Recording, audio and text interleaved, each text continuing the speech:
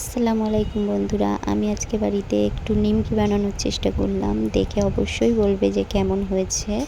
তার জন্য আমি 2 কাপ পরিমাণে ময়দা নিয়ে নিয়েছি। তার মধ্যে সামান্য পরিমাণে একটু লবণ দিয়ে দিয়েছি, একটু কালো জিরে দিয়ে দিচ্ছি, আর এর মধ্যে একটু সাদা তেল দিয়ে ভালো করে ময়াম দিয়ে নেব। আর আপনারা চাইলে এখানে ঘি, বাটার এগুলো দিতে পারেন। আমি সাদা তেল দিয়ে দিয়েছি। এবার এটাকে ভালো করে মাখিয়ে নিতে হবে। সামান্য পরিমাণে একটু চিনি দিয়ে দিয়েছি। মাখানোর পরে হাতে যখন দেখবেন যে এরকম দলা হয়ে যাচ্ছে, তখন ভাববেন যে হ্যাঁ, একদম পারফেক্ট হয়েছে। তো এটাকে আমি ঠান্ডা পানি দিয়ে ভালো করে মাখিয়ে নেব। এরকম একটা সফট ডো তৈরি করে নেব। ঠান্ডা পানি দিয়েই করেছি, কিন্তু ডোটা দেখো কেমন সফট হয়েছে। তো এইভাবেই করে নেব।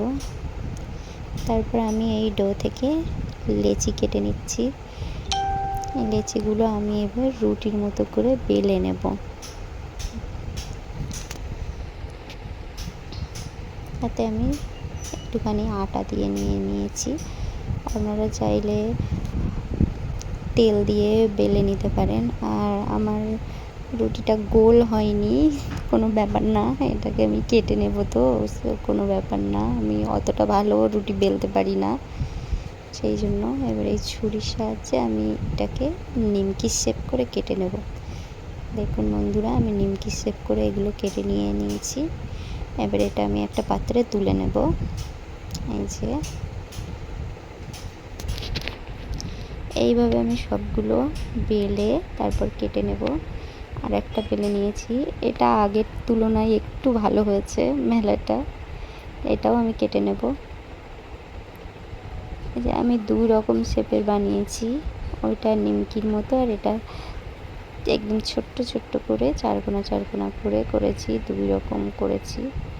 এবার এইগুলোকে আমি ভেজে নেব ভালো করে। তার জন্য একটা কড়াই বসিয়ে দিয়েছি, আর এর মধ্যে আমি পরিমাণ মতো তেল দিয়ে দেব, সাদা তেল। তেলটা গরম হয়ে আসলে তারপর নিমকিগুলো আস্তে আস্তে তেলের মধ্যে দিয়ে দেব।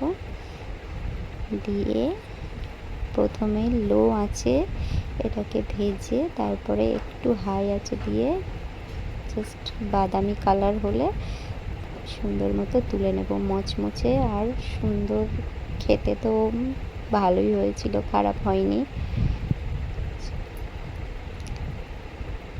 এই যে কালারটা দেখো, একদম বাদামি কালার এসে গেছে।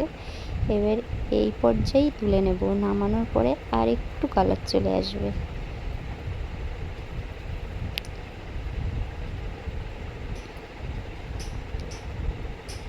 এই যে নামানোর পরে একটু কালার চলে এসছে। এবার আমি এই শেপটা ভেজে নেব।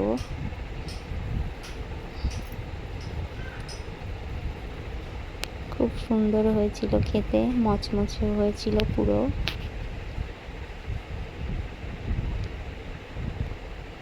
দুই রকম নিমকি আমার ভাজা কমপ্লিট।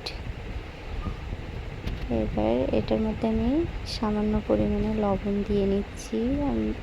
আপনারা চাইলে বিট লবণ থাকলে দিতে পারেন, আমার কাছে যেহেতু ছিল না সেই জন্য দিইনি। আর এটা একটু ঝাল ঝাল মতো করেছি, এটার মধ্যে গুঁড়ো লঙ্কা দিইনি। এটার